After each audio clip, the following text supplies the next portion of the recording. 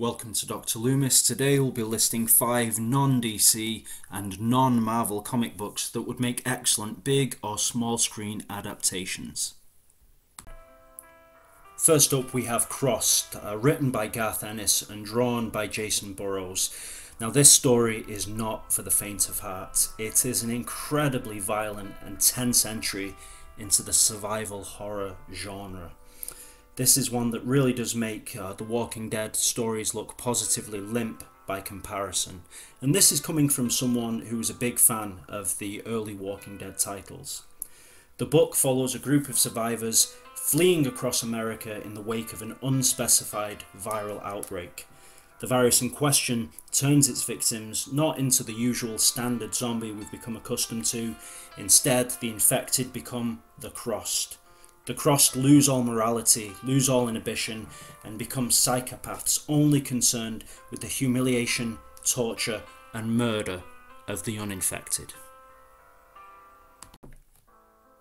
Something that separates out the Crossed story from your standard survival horror is the fact that the infection affects everybody differently. Most notably, the disease does not always take proper hold in what is described as a broken brain, which in later stories sees interesting antagonists develop, such as the infected Matthias, a Russian gangster whose lifetime abuse of ketamine sees him be able to actually exhibit long periods of restraint even though he is one of the infected.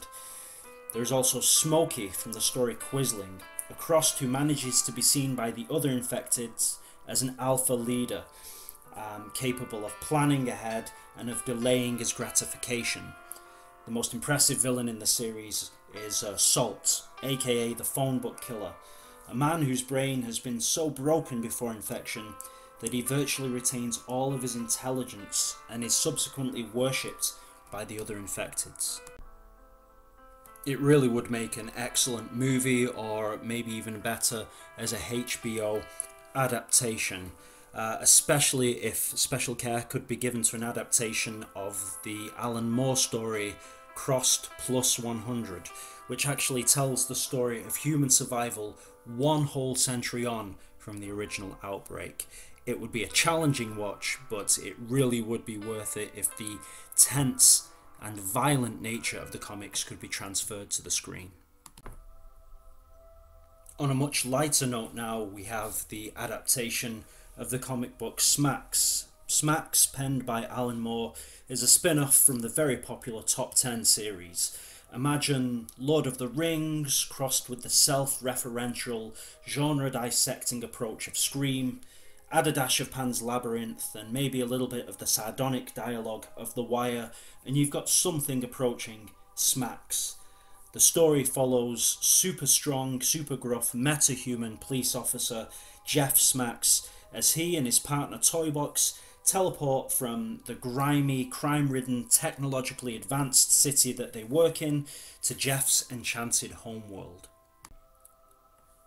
The homeworld is revealed to be a Middle-earth-like realm, but with a good dash more realism and humour thrown in.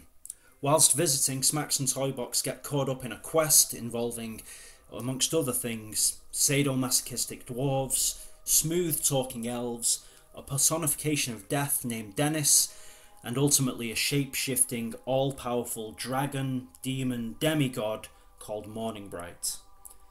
Despite the fantastical setting, the story deals with adult themes such as regret, loss, sexual desire, and forbidden love.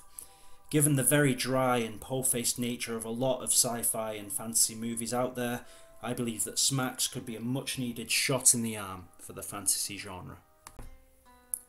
Next up is sci-fi masterpiece and all-round trippy brain scrambler Trillium.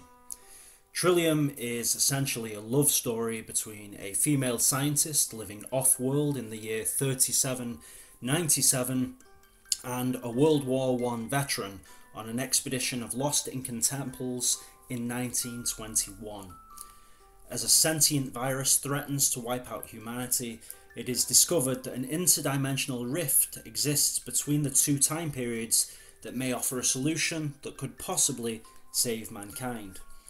Inspired by the works of Arthur C. Clarke and comic series Saga, Trillium is a sci-fi love story epic which is worth a million Spider-Man reboots. A one standalone movie could capture the brilliance of Trillium and really do it justice. This would be an excellent one to see adapted for the screen. Next up is Y: The Last Man. Now this one has been stuck in developmental hell now for years. The comic is a dystopian sci-fi adventure story published by Vertigo, which follows a cataclysmic world event that sees every mammal with a Y chromosome on Earth die, apart from, of course, our main protagonist, Yorick Brown, and his pet capuchin monkey, Ampersand.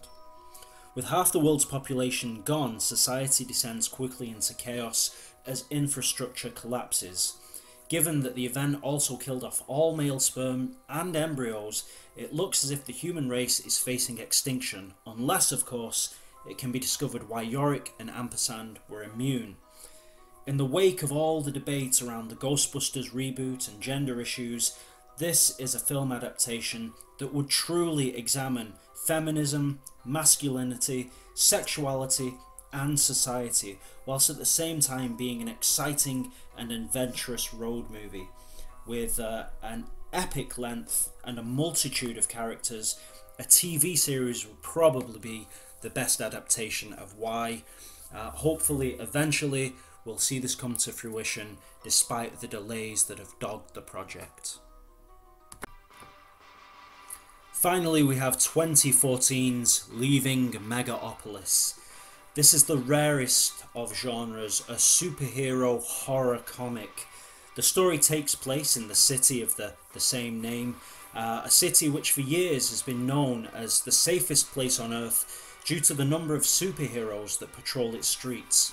However, an unseen event has turned its meta-human community into kill-crazy villains who turn on the population. The story excellently subverts the superhero tropes we've all become used to. For example, we're used to seeing the Flash and Quicksilver use their super speed for good, but imagine the power being used to torment and to hunt the innocent. The story follows a group of survivors as they attempt to flee the city whilst demented superheroes pick off the population.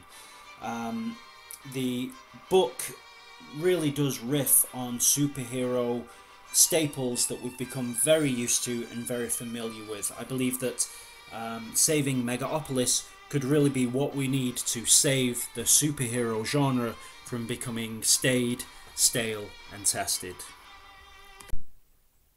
So there we go. Which comic books do you feel are ripe for an adaptation? Please send us an email, leave a comment, subscribe or like, let us know what you think. Until next time, this is Dr. Loomis, signing off.